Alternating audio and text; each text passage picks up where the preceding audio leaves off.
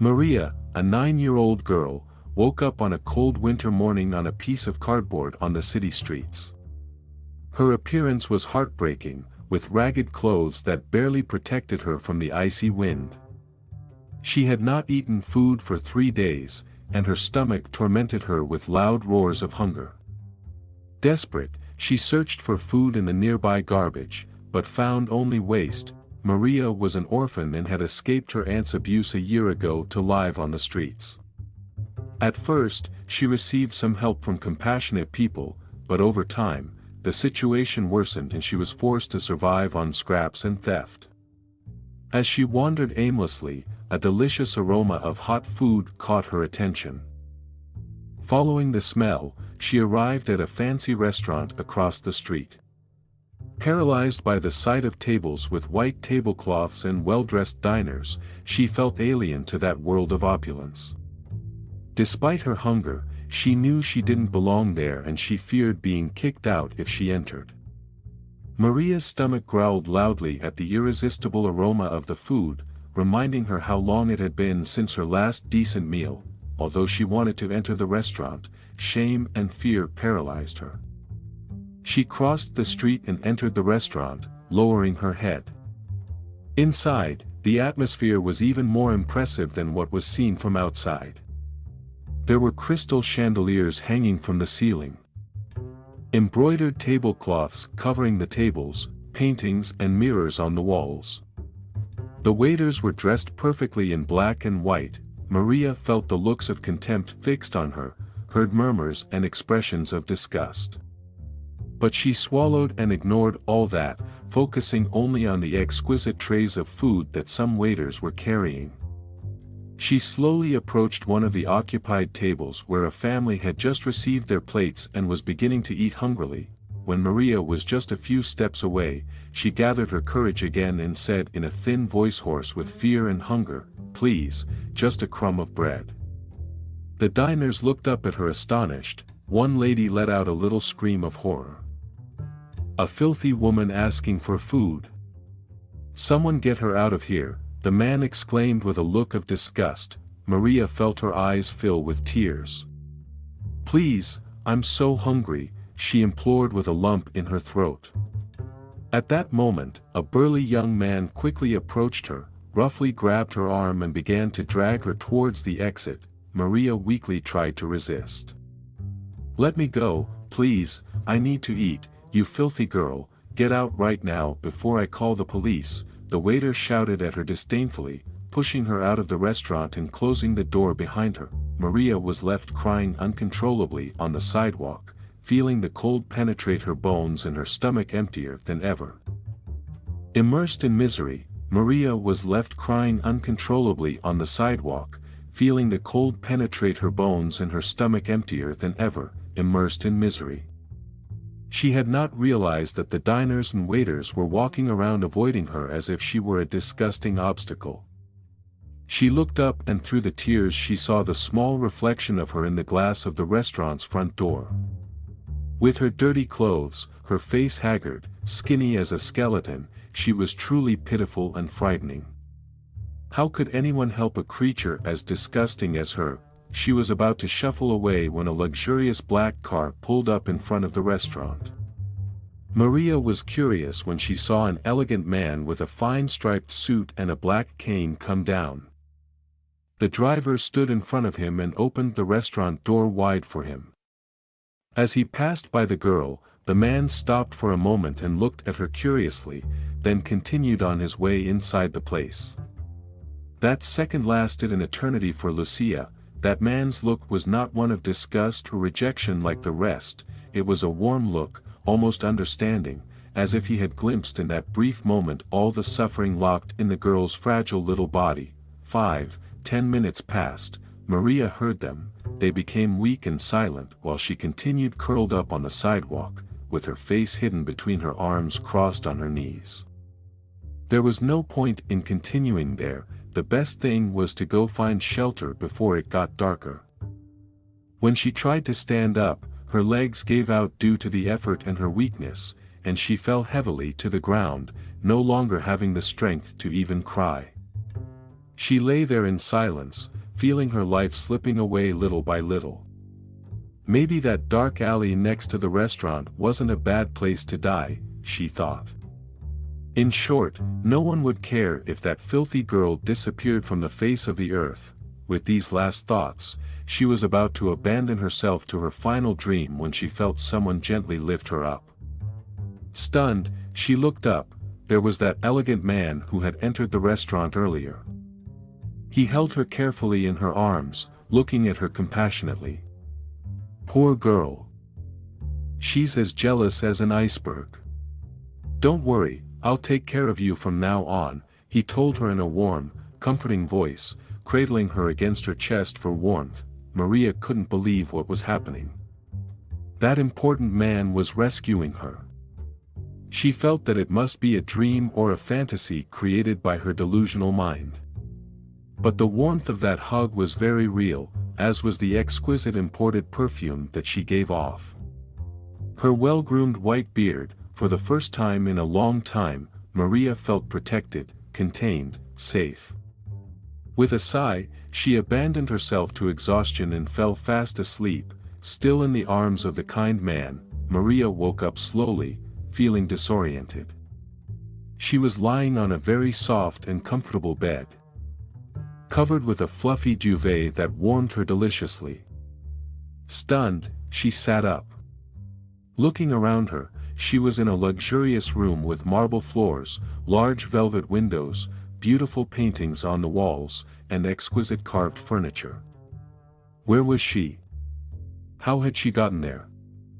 Memories of her began to clear up in her mind, still clouded by her long sleep. She remembered the hunger, the cold. Maria woke up slowly, feeling disoriented. She was lying on a very soft and comfortable bed, covered with a fluffy duvet that warmed her deliciously. Stunned, she sat up. Looking around her, she was in a luxurious room with marble floors, large velvet windows, beautiful paintings on the walls, and exquisite carved furniture. Where was she? How had she gotten there? Memories of her began to clear up in her mind, still clouded by her long sleep. She remembered the hunger, the cold, extreme weakness. Then, that strange elegant man who had gently picked her up from the street and called her, poor little girl, had he actually brought her to that beautiful room? Suddenly, the door opened again, startling her. The same elegant man who had picked her up the night before entered, smiling kindly. My girl, you finally woke up. We were very worried about you. You have slept almost 18 hours straight. It was logical, your little body was completely exhausted by hunger and cold, but you are now safe here. My name is Javier Double and this is my restaurant. I ordered you to be installed in the most beautiful room for our special guests. I want you to feel comfortable and calm. He spoke sweetly and his eyes radiated kindness. Maria didn't know what to say, overwhelmed by this stranger's kindness. I don't understand why you help me. I'm a filth, a stray, I don't deserve to be here, she said timidly. Don't say that, little one. We all deserve food, shelter and basics, no matter your origin or your situation. You are still a valuable human being, Javier Double responded lovingly. Mary's eyes filled with tears at these words. No one had ever spoken to him with such compassion and respect. She didn't even remember the last time someone had called her little instead of dirty. Mr. Double sat on the edge of the bed and wiped her tears with his silk handkerchief. Do not cry, my child. That is in the past. Now you will be protected and cared for here, he said tenderly. After a delicious and long hot bath scented with aromatic salts, Maria dressed in a beautiful blue dress that had been brought to her. It was a little big on her, but her fabric was very soft. She looked in the mirror surprised to see herself so changed, clean and tidy. She timidly walked down the stairs to the restaurant's large, elegant dining room. There were several families and couples dining, but Mr. Double was waiting for her at a special table, away from her. "Sit down, my girl. For you I prepared a very special menu with a special flora," said Javier Double, ordering one of the waiters to serve the dishes. First they brought a hot vegetable cream, then steamed fish with golden potatoes. For dessert, a glass of strawberry ice cream and whipped cream. Everything looked and smelled so delicious that Maria thought she was in heaven. Maria tasted the cream with a tiny spoon that she could barely hold in her weak fingers. She slowly savored her hot broth, feeling how it comforted her and restored her strength. She then continued with the fish and potatoes until she completely finished the dish. Finally, she enjoyed the exquisite strawberry ice cream, melting in her mouth. Mr. Double smiled with pleasure watching her eat. "Sir, I don't know how to thank you for so much kindness. No one has ever been so good to me before," Maria expressed gratefully. "You have nothing to thank me for, my child. Seeing those empty plates and some color in your cheeks is all the gratitude I need," Mr. Double replied kindly. After dinner, Maria felt so comfortable that she was afraid everything would suddenly disappear.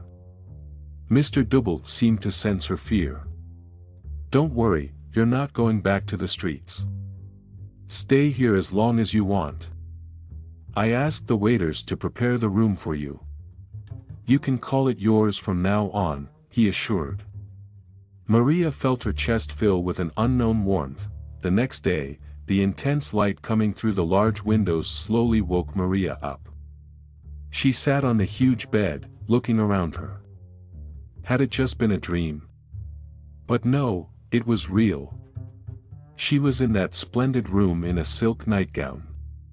She jumped up and ran to the closet, where she saw her dresses, hair ribbons, and delicate scarlet slippers that Barbara, her maid, had left arranged for her. Maria took a light yellow skirt with embroidered flowers and measured it, dancing in front of the full-length mirror.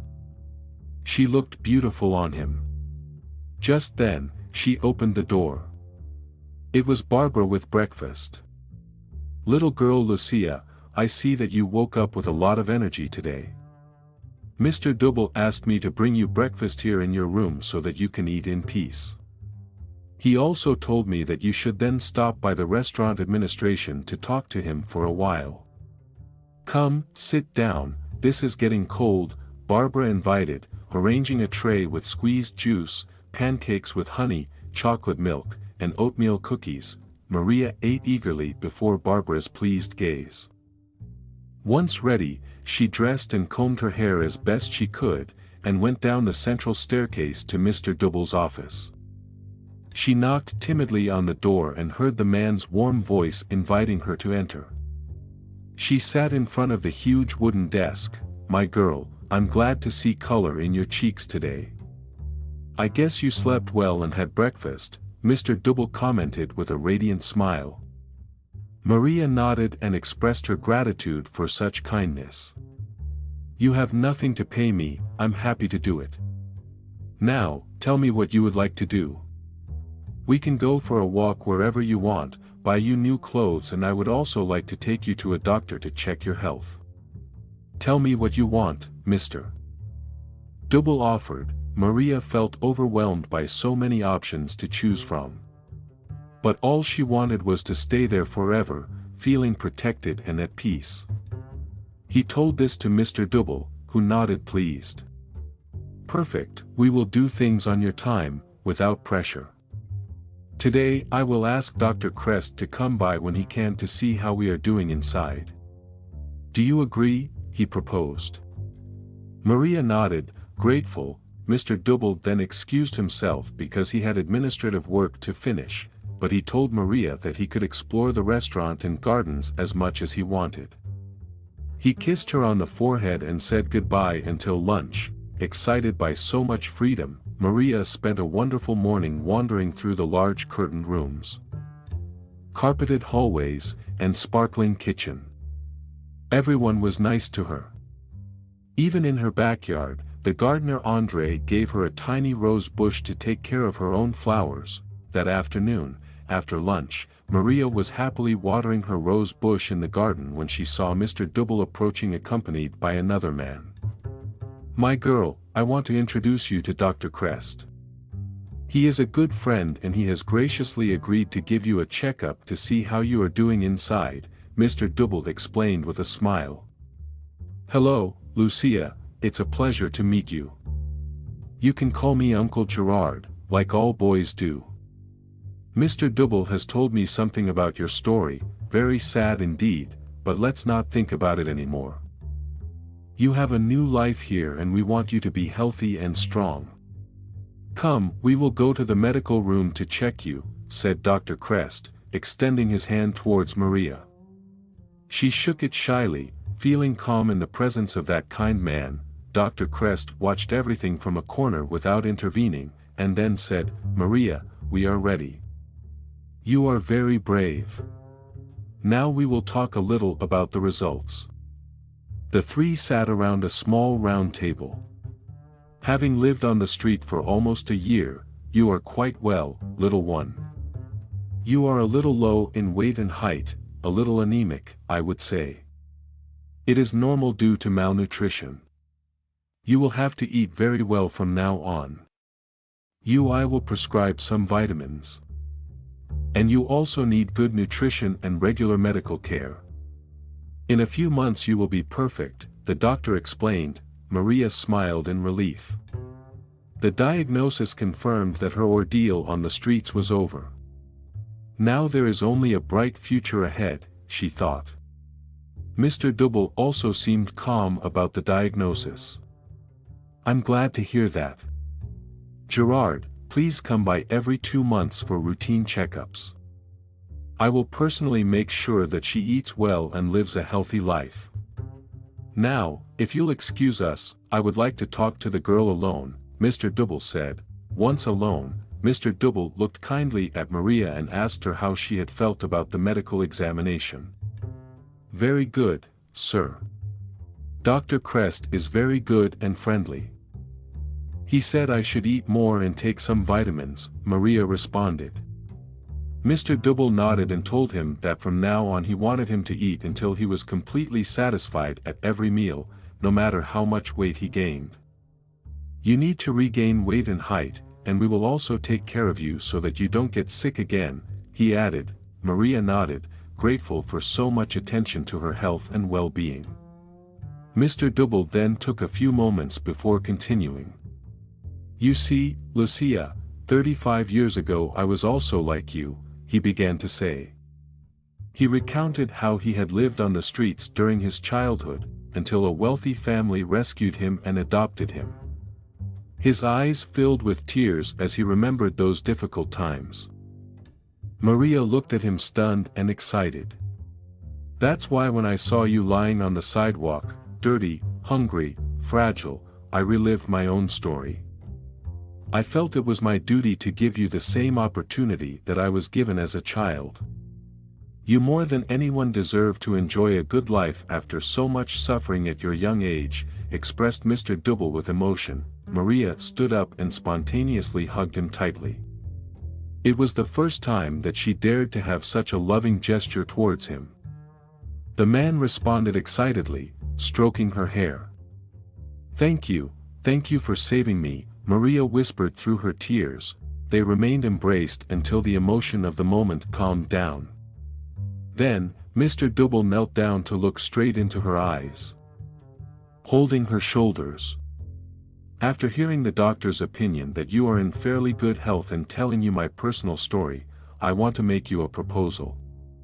Would you like to live here forever?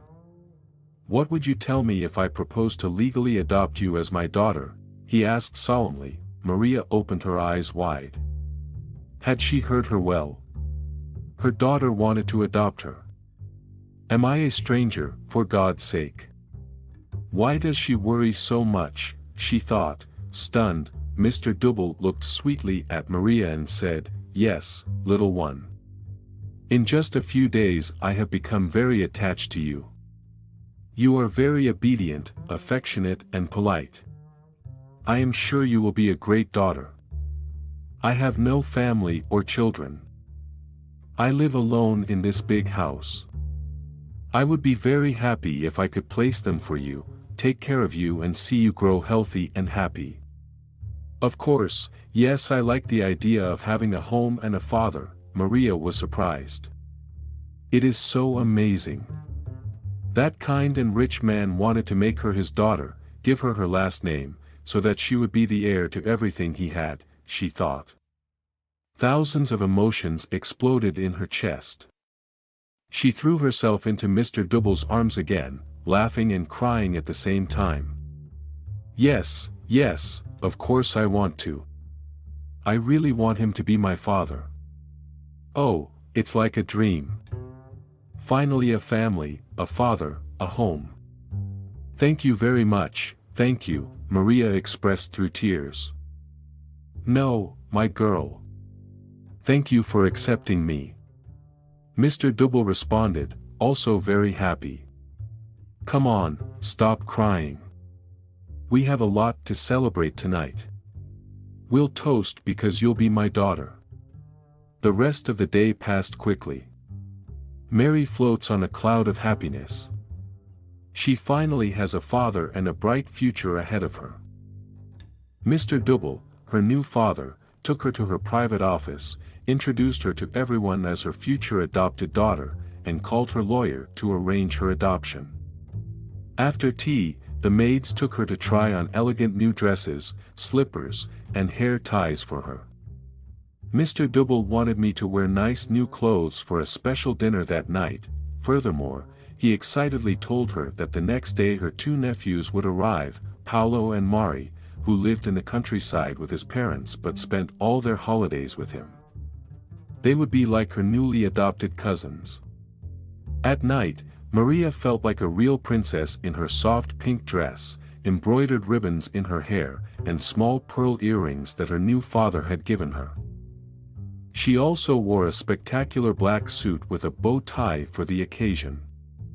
They drank cider because Mr. Double thought she was too small for champagne, and they ate a beautiful heart-shaped chocolate cake that he had made especially for her.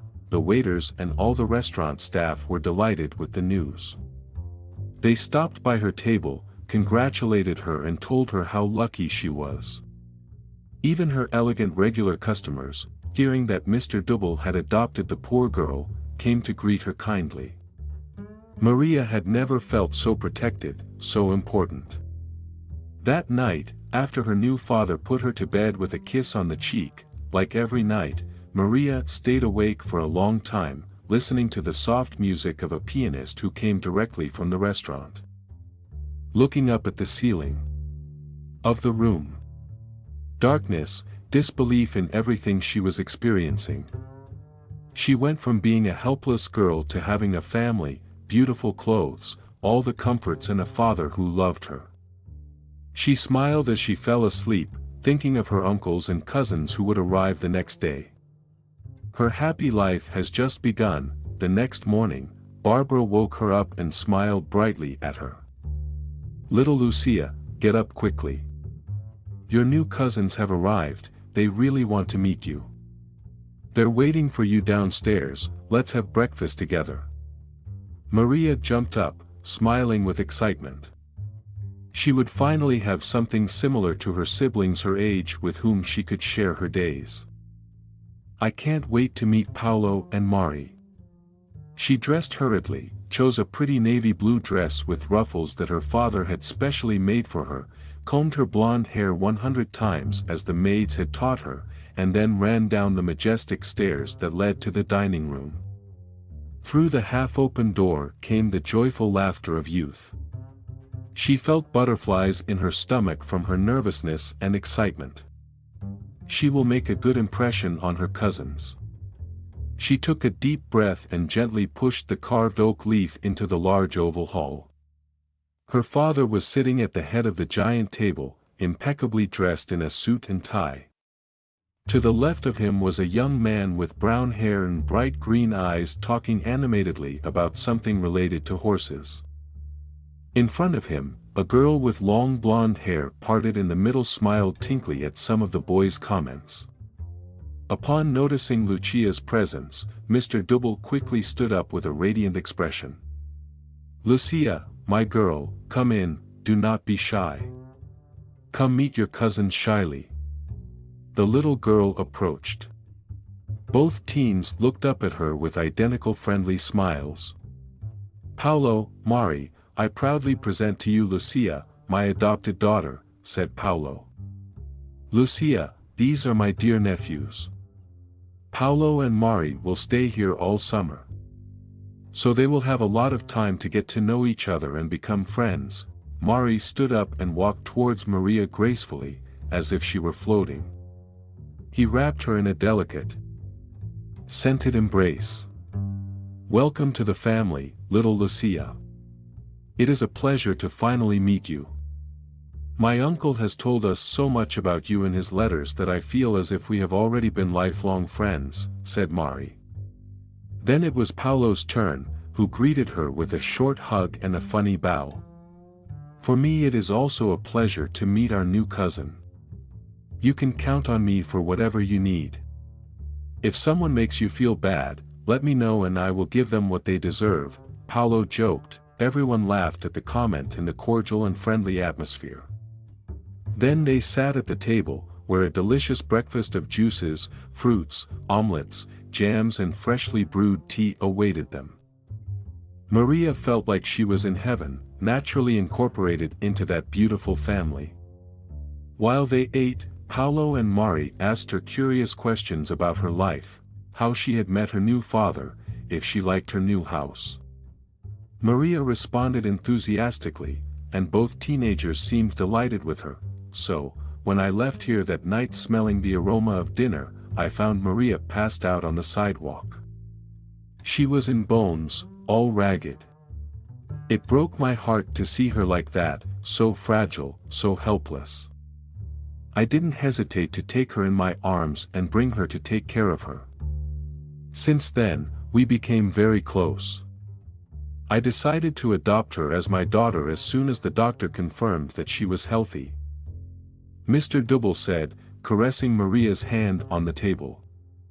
"It's a really moving story, man. You did the right thing. Maria deserves to be happy.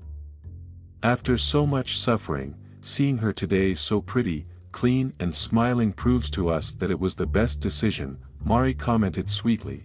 "That's right, Uncle Javier, she can count on us to integrate her into her family and make her feel comfortable, right, Lucia?" Paolo added, winking at him as a sign of complicity. She felt radiant. After breakfast, Paolo and Mari got up from the table. "If you'll excuse us, man, we'll take our new little cousin to see the property and the surroundings so she can get familiar. We also want to show her some of the old secret passages we discovered as children." Mari said. They returned for lunch. They took the little girl by the hand and went out through the kitchen door to the bright outside. The spacious gardens looked even more splendid that morning, with the night dew still fresh on the leaves. A stone path led to the stables, located behind a small pine forest inserted in the property. Paolo led the way, followed by the two ladies, who were chatting animatedly about what a friend nature would be. "On that side is the gardener's house, Mr. Andre," Mari indicated, pointing to a humble but neat gray field with vines. "You surely know him by sight, he works wonders thanks to his hands. This garden looks splendid." As they passed by the door, they saw the old man watering his mistresses with a hose. He raised a hand to greet them affably. "Have a good day, young ones. I see you brought a new friend," he said with a good-natured smile. They introduced themselves briefly and continued on their way, commenting on how nice the gardener seemed. The stables were huge, there must have been at least 30 beautiful thoroughbred horses, distributed in large cubicles of polished wood. Several young girls in riding clothes were there, feeding carrots and sugar cubes to the beasts or combing their shiny manes. They are the pupils of Mrs. Margot's riding academy.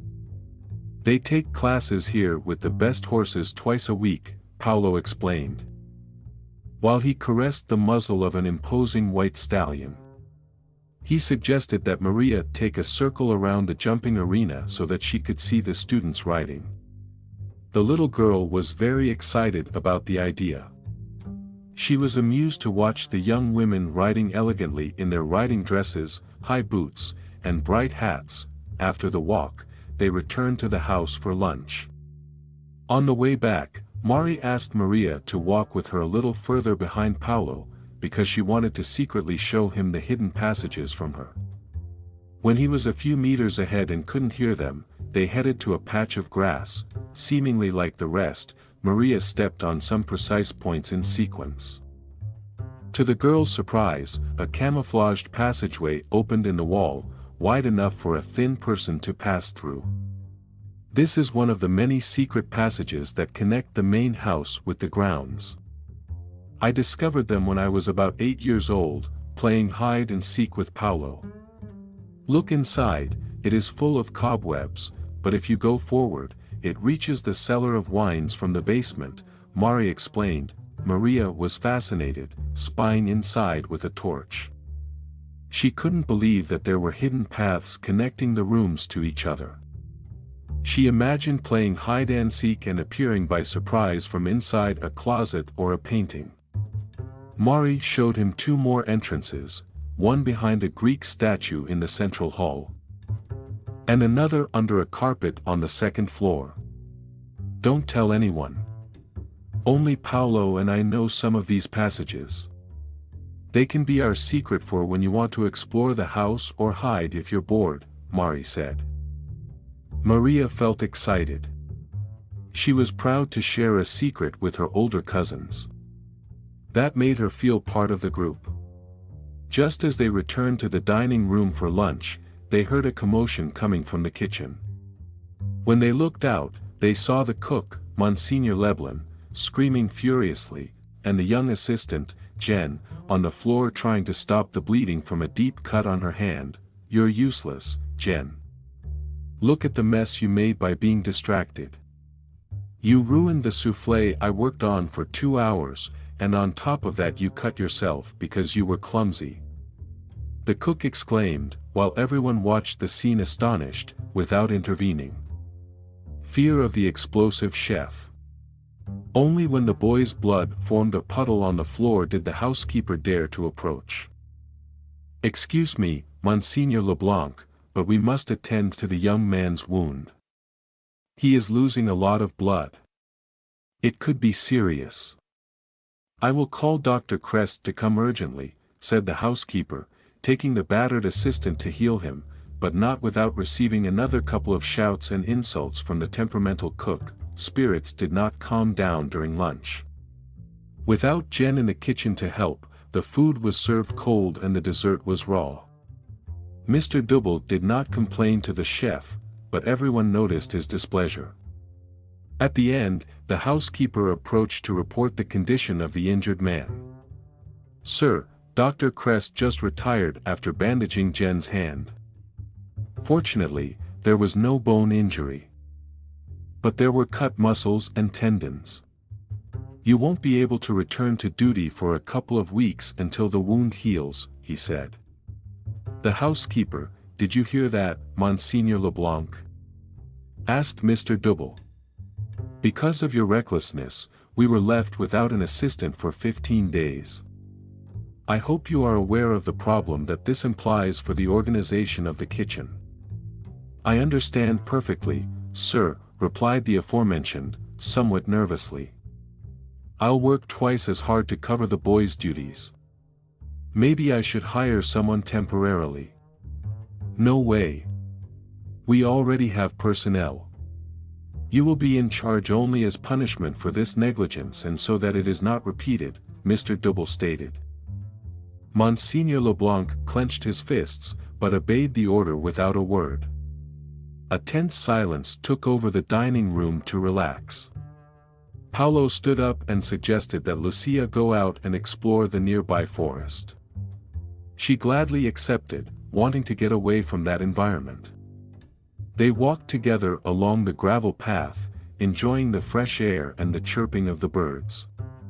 The young man was pointing out different types of trees and birds, happy to share his extensive knowledge of biology. Suddenly, they saw a glow among the branches that caught their attention. They approached cautiously and discovered a tiny but very neat cabin, with a thatched roof, door and window, that looked like something out of a story. When they looked out the window, they saw inside a small table with a tablecloth, a vase with fresh flowers, shelves with some books and jewelry. "What is this place, Paolo?" Maria asked, fascinated. "If I remember correctly, this was the little house that my uncle had built for Maria and I to play in when we were little. We used to have tea parties with our teddy bears on the table, hee. I had completely forgotten about their existence," Paolo said. They sat on a nearby stone bench to better appreciate the cabin hidden among the pines. "Hey, I have an idea. If you promise not to tell anyone, we can set this place up to be our secret hideout. We can bring pillows, tea hats, and cookies." "What do you think?" the young man suggested enthusiastically. Maria was fascinated by the proposal. It would be so much fun to have a private retreat in the woods just for them. "Yes, I love it. We can ask Mr. Andre to help us trim the grass and plants around it too, so it looks better." By mutual agreement, they decided to start the repairs the next day. They returned very happy, planning all the decoration details on the way back. Paolo told Maria that he used to play a lot in the wooded area, but that both of their parents died 2 years ago in a car accident. "That's why we love coming here so much every summer. We feel free exploring the gardens and the house. We always find new and mysterious places. And now that you're here, the holidays will be even more fun. You'll see. I always wanted to have a little sister who to take care of and pamper," said Paolo. Maria blushed, flattered. She had never had older brothers who loved her like that. It would be a very special experience. That afternoon, after tea, Mari suggested playing dress-up with Great-Aunt Sophia's old hats and jewelry. Laughing, they went up to the attic, where Paolo brought down 2 enormous trunks full of dresses, fans, and lace parasols from another era. Maria had never had so much fun. They tried on very elegant outfits that they had to lift up so as not to step on them when walking. Paolo put on a ship captain's hat with feathers and a marshal's cane. They paraded through the hallways simulating a play amidst laughter. Then, Mari did exaggerated makeup on them with white and red powder, mascara and blue shadows. They looked in the mirror and burst into laughter at seeing themselves so extravagant. One of the maids was just passing by, and she let out a scream of horror. "Children! What are these manners? Look how they have dirty Aunt Sophia's outfits and the floor with makeup. Go clean up right now," she said, embarrassed by the return. They obeyed without a word, but far from getting angry. In the bathroom they laughed again, remembering the poor woman's scared face. The next morning, Maria woke up with a mix of excitement and nervousness. She had had a terrible nightmare where her new father changed his mind about her and decided to put her back on the street, after telling her that he no longer wanted her as his daughter.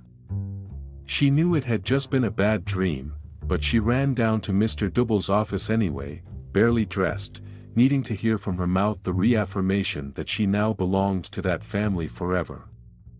She knocked timidly on the door and entered timidly. When she received a response, the man was reviewing papers behind his large mahogany desk. When he saw Lucia, his face lit up with a smile. "Lucia, good morning, what a pleasant surprise to receive your visit so early. Tell me, do you need anything? Sit here with me." She took a seat in an overstuffed leather chair in front of her desk, twisting her dress in her hands out of nervousness.